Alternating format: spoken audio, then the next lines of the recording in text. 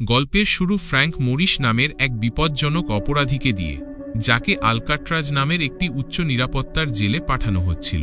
এই জেলটি সমুদ্রের মাঝে একটি দ্বীপে তৈরি ছিল, যেখান থেকে আজ পর্যন্ত কোনো কয়েদি পালাতে পারেনি।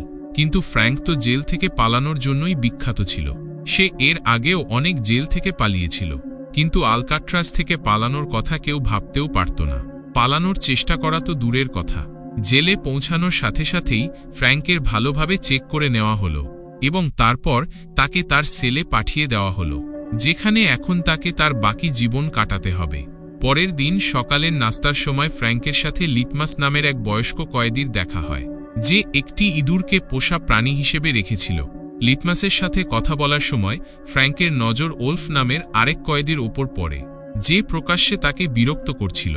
কিন্তু ফ্র্যাঙ্ক তাকে উপেক্ষা করে লিটমাসের সাথে কথা বলা চালিয়ে যায়। কিছুক্ষণ পর তাকে ওয়ার্ডেনের ঘরে একটি ছোট তথ্য দেওয়ার জন্য ডাকা হয়। সেখানে ওয়ার্ডেন তাকে হুমকি দিয়ে বলে যে এখান থেকে পালানোর চেষ্টা করো না, কারণ অনেকে এসেছে এবং গেছে, কিন্তু কেউ পালাতে পারেনি। কিন্তু ওয়ার্ডেনের এই ভাষণের সময়ই ফ্র্যাঙ্ক চুপচাপ তার ঘর থেকে একটি নেইল কাটার চুরি করে নেয়। এটি দেখতে ছোট জিনিস ছিল, কিন্তু ফ্র্যাঙ্ক জানত যে আলকাট্রাজের মতো জেলে ছোট ছোট জিনিসও খুব কাজে আসতে পারে। তাই নিজের সেলে ফেরার সাথে সাথেই সে নেইল কাটারটি বাইবেলের ভেতরে লুকিয়ে রাখে। কিছুক্ষণ পর যখন একসাথে স্নানের সময় আসে, তখন ওলফ আবার ফ্র্যাঙ্কের কাছে আসে এবং তাকে বিরক্ত করতে শুরু করে। কিন্তু এবার ফ্র্যাঙ্ক চুপ থাকার মেজাজে ছিল না। সে ওলফকে ধরে পিটিয়ে দেয়, প্রচণ্ড মারধর করে। এই ঘটনার পর জেলে তার একটি আলাদা পরিচিতি তৈরি হয়। তারপর কেউ তাকে অকারণে বিরক্ত করার সাহস করত না। ধীরে ধীরে জেলের লাইব্রেরি ফ্র্যাঙ্কের দ্বিতীয় বাড়িতে পরিণত হয়, যেখানে তার সাথে জেলের লাইব্রেরিয়ান ইংলিশের দেখা হয়। ইংলিশকেও আলকাট্রাজে যাবজ্জীবন কারাদণ্ড দেওয়া হয়েছিল, যার কারণে সে বাইরে বেরোনোর আশা ছেড়ে দিয়েছিল এবং নিজের পুরো মনোযোগ বইয়ের ওপর লাগিয়েছিল। আসলে ইংলিশ এবং ফ্র্যাঙ্ক দুজনেই ইতিহাসের বই পড়তে খুব ভালোবাসত, যার ফলে তাদের মধ্যে ভালো বন্ধুত্ব গড়ে ওঠে। এই সময় ফ্র্যাঙ্কের সাথে ডক নামের এক কয়েদির দেখা হয়, যে একজন চমৎকার শিল্পী ছিল এবং নিজের বেশিরভাগ সময় ছবি আঁকতে ব্যয় করত। ডকের বিশ্বাস ছিল যে আলকাট্রাজের মতো বিপজ্জনক জেলে যে কোনো মানুষ পাগল হয়ে যেতে পারে, কিন্তু তার ছবি আঁকার অভ্যাস এখন পর্যন্ত তার মস্তিষ্ককে ঠিক রেখেছিল। সেই সন্ধ্যায় এক গার্ড ফ্র্যাঙ্ককে কার্পেন্টারে চাকরির ব্যাপারে জানায়, যেখানে প্রতি ঘন্টার বিনিময়ে কিছু টাকা পাওয়া যাবে। কিন্তু ফ্র্যাঙ্কের জন্য শীঘ্রই মুশকিলে বাড়তে চলেছিল। একদিন যখন সব কয়েদি নিজের নিজের সেল থেকে বাইরে ছিল, তখন ওলফ আবার ফিরে আসে। এবার তার কাছে একটি অস্ত্রও ছিল, যা দিয়ে সে ফ্র্যাঙ্কের ওপর হামলা করতে চেয়েছিল। কিন্তু ঠিক সময়ে ডক ফ্র্যাঙ্ককে সতর্ক করে দেয়, যার ফলে ফ্র্যাঙ্ক নিজের জ্যাকেটের সাহায্যে সেই হামলা রুখে দেয়। এরপর ওলফ এবং ফ্র্যাঙ্কের মধ্যে মারামারি শুরু হয়ে যায়। যখন গার্ডরা তাদের থামানোর চেষ্টা করে, তখন ওলফ গার্ডের ওপরও হামলা করে। এর ফলে দুজনকেই ডি ব্লকের নির্জন কারাবাসে পাঠিয়ে দেওয়া হয়। নির্জন কারাবাসে কয়েদিকে একা বন্ধ করে রাখা হতো। এটি এমন একটি খাঁচা ছিল যেখানে কোনো কয়েদি যেতে চাইত না, কিন্তু এখন ফ্র্যাঙ্ককে শুধু নিজের আত্মরক্ষার কারণে সেখানে পাঠানো হয়েছিল, যা তাকে খুব রাগান্বিত করে তুলেছিল। 2 সপ্তাহ সেই খাঁচায় থাকার পর যখন ফ্র্যাঙ্ককে মুক্তি দেওয়া হয়, তখন লিটমাস নিজের ইঁদুরের মাধ্যমে তাকে খুশি করার জন্য একটি স্বাগত বার্তা পাঠায়। ফিরে আসার পর ফ্র্যাঙ্কের তার প্রতিবেশী চার্লির সাথে বন্ধুত্ব হয়ে যায়, যে একটি বড় চুরির সাজা ভোগ করছিল। চার্লি ফ্র্যাঙ্ককে জানায় যে তার সীমান্ত পার হয়ে পালানোর জন্য খুব আফসোস ছিল, কারণ এই ভুলের জন্যই তার অপরাধ আরও বড় হয়ে গিয়েছিল। পরের দিন ওয়ার্ডেন কাউকে কিছু না জানিয়ে জেলের পরিদর্শন করার সিদ্ধান্ত নেয়। এই সময় সে এক কয়েদির সেলে নিজের ছবি দেখতে পায়, যা প্রথমে তার খুব পছন্দ হয়েছিল, কিন্তু পরের মুহূর্তেই সে জেলে ডকের তৈরি করা সমস্ত ছবি বাইরে ফেলে দেওয়ার আদেশ দেয়। ওয়ার্ডেনের এই সিদ্ধান্তে ডক ভেতর থেকে পুরোপুরি ভেঙে পড়ে, কারণ সে নিজের ছবির মাধ্যমেই বেঁচেছিল। তার নিজের তৈরি করা প্রতিটি ছবির প্রতি খুব টান ছিল। ফ্র্যাঙ্ক তাকে অনেকবার বোঝানোর চেষ্টা করে, কোনো ব্যাপার না ভাই, ছবিই তো ছিল, এখন এখানে তো বাঁচতে হবে, তাই না? কিন্তু ডক এই ধাক্কা থেকে বের হতে পারছিল না। একদিন কাজের সময় ডকের 3টি আঙুল কেটে যায়। এটি একরকম ওয়ার্ডেনের বিরুদ্ধে তার বিদ্রোহ ছিল। যেই এটা হয়, গার্ডরা সঙ্গে সঙ্গে ডাক্তার ডাকার জন্য বার্তা পাঠায়। অন্যদিকে ফ্র্যাঙ্ক শুধু চুপচাপ দাঁড়িয়ে ডককে দেখতে থাকে। সেই রাতে যখন ফ্র্যাঙ্ক নিজের সেলে বসেছিল তখন তার নজর ভেন্টিলেটর থেকে বেরোনো একটি আরশোলার ওপর পড়ে। এটা দেখে তার মনে হয় যে সম্ভবত এই ভেন্টিলেটর বাইরে বেরোনোর কোনো পথের সাথে যুক্ত হতে পারে। তখনই ইংলিশ তাকে জানায় যে আসলে ওয়ার্ডেন ডকের সব ছবি বাইরে ফেলে দিয়েছিল, কারণ তার নিজের ছবিটি পছন্দ হয়নি।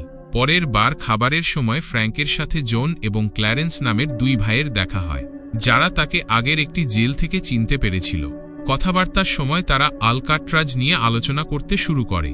তাদের কথা ছিল যে এই জেল থেকে পালানো অসম্ভব, কারণ এটি চারদিক থেকে পানি দ্বারা বিস্তৃত এবং এখন তাদের পুরো জীবন এখানেই কাটাতে হবে। তাদের বক্তব্য ছিল, কিন্তু তাদের এই কথা ফ্র্যাঙ্কের মাথায় একটি নতুন আইডিয়া এনে দেয়। এখন সে ইতিহাস তৈরি করতে চেয়েছিল। সে এই জেল থেকে পালানো প্রথম মানুষ হতে চেয়েছিল। সেই রাতে ফ্র্যাঙ্ক ওয়ার্ডেনের ঘর থেকে চুরি করা নেইল কাটারের সাহায্যে নিজের সেলের গ্রিলের চারপাশের সিমেন্ট ধীরে ধীরে খুঁড়তে শুরু করে।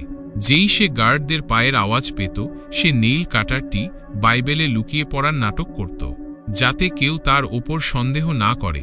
সময়ের সাথে সাথে তার পরিশ্রম ফল দিতে শুরু করে এবং ধীরে ধীরে গ্রিলের চারপাশের সিমেন্ট দুর্বল হতে থাকে।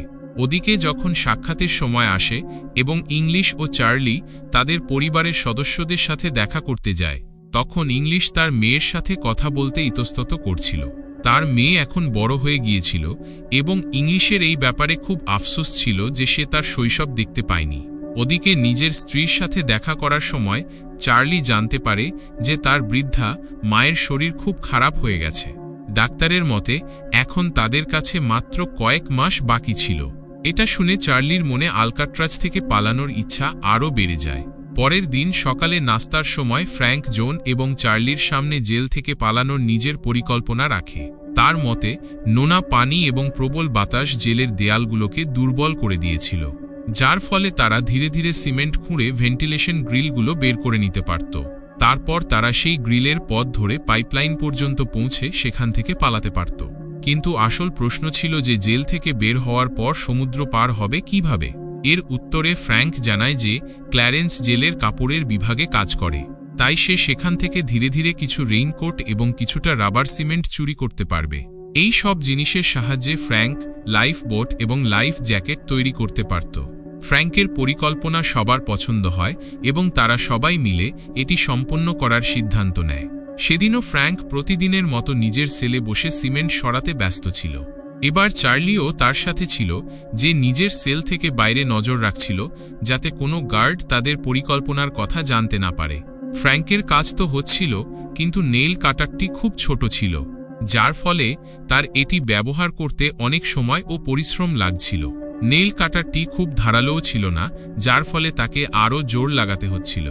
এই কারণে ফ্র্যাঙ্কের হাতে অনেক ছোটখাটো আঘাতও লাগে, যা এখন তাকে বিরক্ত করতে শুরু করেছিল। পরের দিন সকালে ফ্র্যাঙ্ক তার সঙ্গীদের এই সমস্যার কথা জানায়। এখন তাদের একটি বড় এবং আরও শক্তিশালী সরঞ্জামের প্রয়োজন ছিল। তখনই ফ্র্যাঙ্কের নজর নিজের চামচের ওপর পড়ে।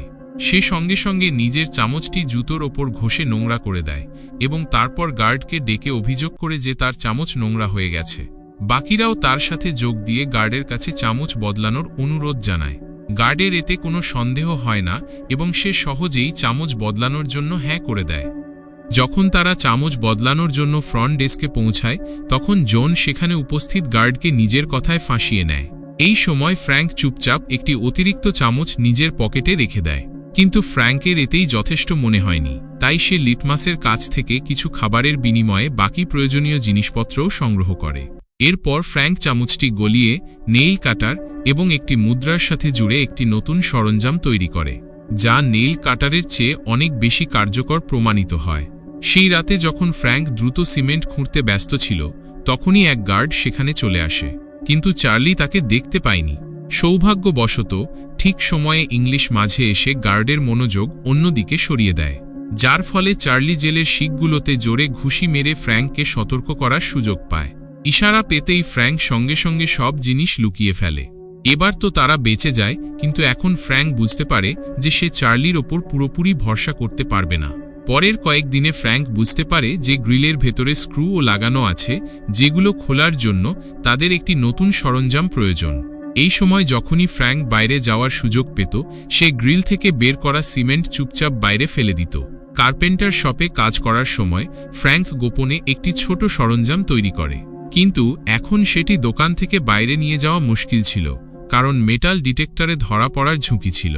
এর জন্য ফ্র্যাঙ্ক একটি পচা লোহার টুকরো নিজের হাতে রেখে নেয়। যেই মেটাল ডিটেক্টরের অ্যালার্ম বাজে, সে গার্ডের হাতে সেই পচা টুকরোগুলো ধরিয়ে দেয়, অথচ তার আসল সরঞ্জামটি তার জুতোর ভেতরে লুকানো ছিল।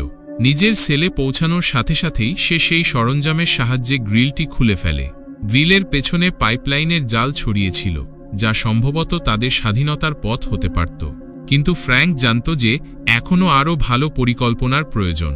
তাই তারা গার্ডদের ধোঁকা দেওয়ার জন্য নকল মাথা তৈরি করার সিদ্ধান্ত নেয়, যাতে পালানোর সময় গার্ডদের মনে হয় যে তারা এখনও নিজের সেলেই আছে। এখন তারা সঙ্গে সঙ্গেই জিনিসপত্র সংগ্রহ করতে শুরু করে। জনের কাজ ছিল নাপিতের দোকান থেকে চুল সংগ্রহ করা, অন্যদিকে চার্লি রঙের ব্যবস্থা করতে চলেছিল এবং ফ্র্যাঙ্ক ইংলিশের সাহায্যে অনেক খবরের কাগজ সংগ্রহ করে। সব জিনিসপত্র পেতেই ফ্র্যাঙ্ক সঙ্গে সঙ্গে নিজের কাজে লেগে যায়। সে প্রথমে খবরের কাগজ দেয়াল থেকে বের করা সিমেন্টের সাথে মিশিয়ে মানুষের খুলির মতো একটি কাঠামো তৈরি করে। তারপর তার ওপর রং এবং চুল লাগিয়ে তারা একটি নকল মাথা তৈরি করে, যা দিয়ে গার্ডদের ধোঁকা দেওয়া যাবে। নিজেদের পরিকল্পনা আরও পাকাপোক্ত করার জন্য চার্লি আসল গ্রিলের মতো দেখতে নকল জাল তৈরি করে। পালানোর সময় এই নকল জালগুলো আসল গ্রিলের জায়গায় লাগিয়ে দেওয়া হতো, যাতে কোনো গার্ড লক্ষ্য করতে না পারে যে আসল গ্রিল সরিয়ে ফেলা হয়েছে। এক রাতে ফ্র্যাঙ্ক একাই ওপরে যাওয়ার সিদ্ধান্ত নেয়। সে নকল মাথা এবং নকল গ্রিল ব্যবহার করে এবং পাইপলাইন পর্যন্ত পৌঁছে যায়। কিন্তু ওপরে পৌঁছানোর পর সে একটি লোহার দরজা দেখতে পায়, যেখানে সে একা যেতে পারত না। সেই সময় এক গার্ড সব সেলের রাউন্ড নিতে আসে। যখন সে ফ্র্যাঙ্কের সেলের কাছে পৌঁছায়, তখন তার সামান্য সন্দেহ হয়, কিন্তু তবুও তারা কোনোভাবে বেঁচে যায়।